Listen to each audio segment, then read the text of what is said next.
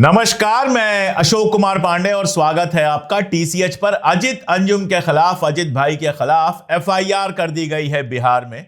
और एफआईआर इसलिए की गई है कि वहां पर जो एसआईआर चल रहा है, सर्च चल रहा है, विशेष पुनरीक्षण चल रहा है, उसको देखने के लिए, उसको समझने के लिए अजित भाई फील्ड में गए थे। तमाम बीएलओ से मिले, तमाम जगह भटके, तमाम रिपोर्टिंग की और उसके बेस पर कुछ बातें कहीं, जो कुछ चल रहा था वहां पर, जो अपनी आंख से देखा, जो उन्होंने वीडियो पर दिखाया, वो सब कुछ आप तक पहुंचाया, जनता तक पहुंचाया। नतीजा ये हुआ कि अजित अंजुम के ऊपर एफआईआर कर दी गई। ये एफआईआर करवाई गई एक बीएलओ से जिनका नाम है मोहम्मद अंसारुल हक।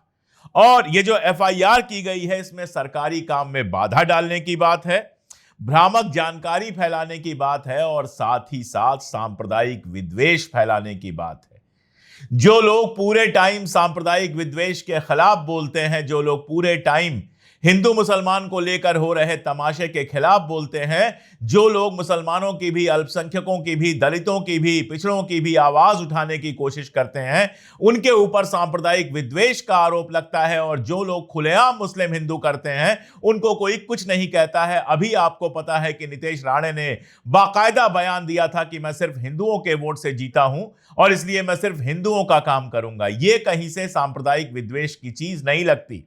गली गली घूम के जांच करना कि किस मकान में कौन रहता है, किस दुकान पे मुसलमान की मिल्कियत है, कौन सी दुकान हिंदू की मिल्कियत है, कौन सब्जी परोसने वाला हिंदू है, कौन सब्जी परोसने वाला मुसलमान है, यह सारा तमाशा देखना, अंडे की करी मिलादी का झूठा आरोप लगाकर एक हिंदू की दुकान को तोड़ फोड़ देना, एक चश्मे की दुकान को तोड़ फोड़ देना, यह सारा कुछ सांप्रदायिक प्रेम फैलाने के लिए है। और अजित अंजुम अगर यह सवाल उठा दें कि यह जो तमाशा चल रहा है, उस तमाशे में क्या मुसलमानों का नाम हटाया जा रहा है, तो यह सांप्रदायिक विद्वेष हो जाएगा। अजित अंजुम को छोड़िए, बाकी देखिए, यह है मेरे हाथ में दैनिक भास्कर।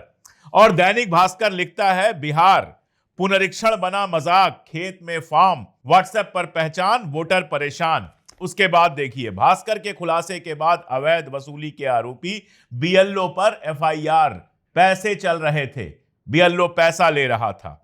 मुजफ्फरपुर की खबर सुनिए आप, एक ही एपिक पर, एपिक मतलब जो विशेष नंबर होता है इलेक्शन का, उस नंबर पर 3-3 नाम दर्ज हैं।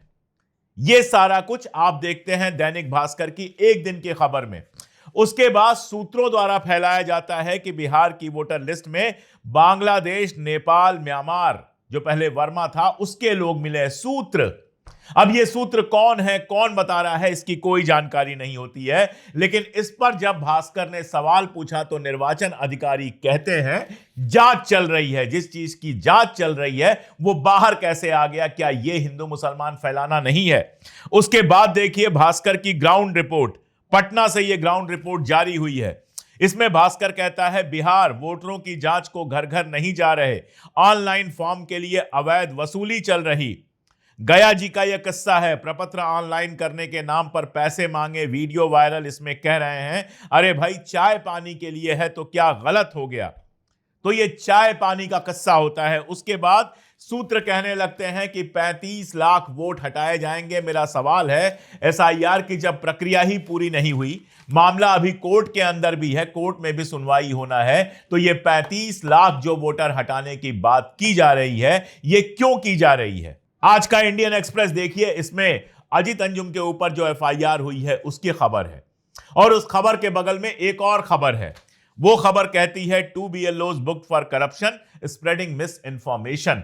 इनके अपने बीएलओ जो हैं करप्शन में गिरफ्तार हो रहे हैं। लेकिन अगर यही सब खबरें कोई दिखा दे तो उसके खिलाफ आप एफआईआर कर देंगे, उसको जेल में डाल देंगे और पत्रकारिता का गला दबाने की पूरी कोशिश करेंगे। मजेदार बात यह है कि जिस अजित अंजुम ने जिंदगी भर हिंदी में काम किया, बड़े बड़े चैनल्स में रहे, हिंदी में ही सारा काम किया, उनका चैनल अभी भी जो यूट्यूब चैनल है वो हिंदी में है, उनके बारे में हिंदी अखबारों में से किसी ने छापने की हिम्मत नहीं की है। अंग्रेजी के अखबार में छपा है एफआईआर का जो समाचार है, लेकिन किसी हिंदी के अखबार में यह समाचार नहीं छपा है कि अजित अंजुम के खिलाफ एफआईआर की गई है। कई बार लोग कहते हैं, मजाक में कहते हैं, लेकिन मुझे तो बात सीरियस लगती है कि पहले अखबार छपने के बाद बाजार में बिकते थे। अब ऐसा लगता है कि पहले बिक जाते हैं किसी बाजार में, उसके बाद छपते हैं, इसलिए उनमें वही खबरें होती हैं जो अक्सर सत्ता चाहती है। बिहार में जो कुछ चल रहा है उसको लेकर सुप्रीम कोर्ट में मामला आप जानते ही है था, और सुप्रीम कोर्ट में माननीय न्यायाधीश महोदय ने, जज महोदय ने यह कहा था कि ये जो डॉक्यूमेंट आप मांग रहे हैं ये मुझसे मांगेंगे तो भी नहीं मिलेगा। यानी कहीं ना कहीं कुछ ना कुछ समस्या तो है। प्रक्रिया भले जारी रखने के लिए कहा, लेकिन अनुदेश दिए, डायरेक्शन दिए, और अगली सुनवाई फिर होनी है। सीधी सी बात है, सब सवाल उठा रहे हैं वहां पर। जी न्यूज, जो आमतौर पर सरकार का समर्थक माना जाता है, उसमें खबर आती है कि एक आदमी अपनी दुकान पर जलेबियां बेच रहा था, वहां कोई जलेबी खाने गया और जब देखा कि किस कागज पर जलेबी दी गई है तो वो ये प्रपत्र थे। यानी जिन प्रपत्रों के आधार पर, जिन डॉक्यूमेंट्स के आधार पर आप पूरी वोटर लिस्ट का पुनरीक्षण कर रहे हैं, वो कभी सड़कों पर फेंके हुए मिल रहे हैं, कभी उनमें जलेबी बट रही है, यानी रद्दी में वो बिक गए होंगे, जिनको खरीद लिया गया होगा। जब अजित अंजुम भी वहां पर गए थे और लोगों से पूछा तो सबने कहा दो नहीं साहब, एक ही फॉर्म दिए जा रहे हैं, 2 फॉर्म देने हैं, एक रेसिप्ट के रूप में और एक भरने के लिए। सबने कहा, बीएलओज ने कहा, लोकल्स ने कहा कि नहीं, एक फॉर्म दिए जा रहे हैं। वहां भी उनको रोकने की बहुत सारी कोशिश की गई थी।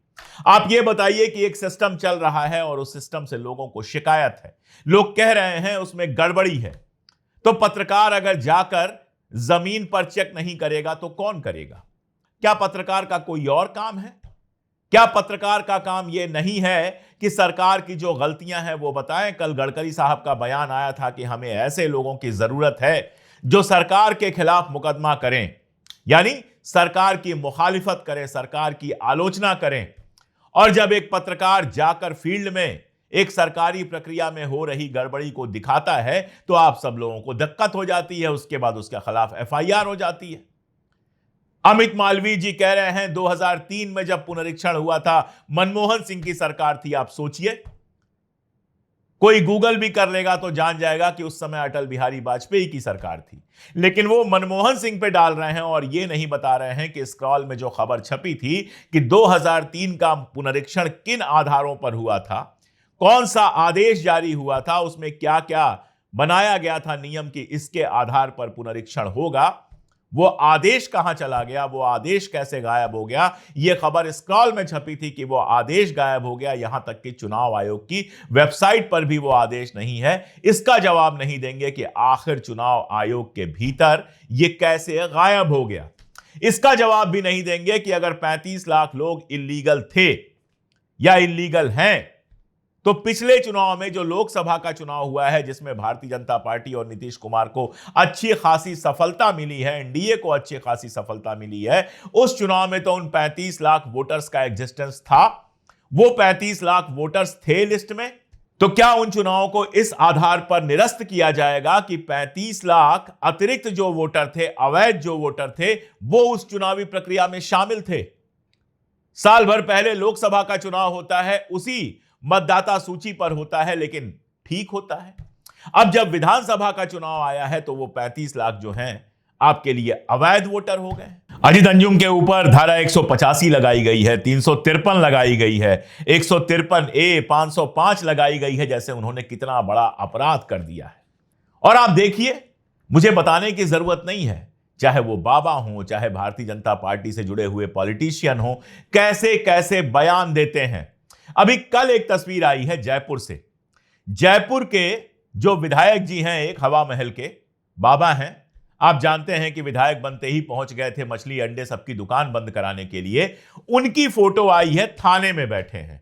अब आप कहेंगे थाने में बैठने में क्या दिक्कत है, तो देखिए इस तस्वीर को बड़े गौर से। और यह तस्वीर कोई मैंने नहीं खींची है, यह अखबारों में है।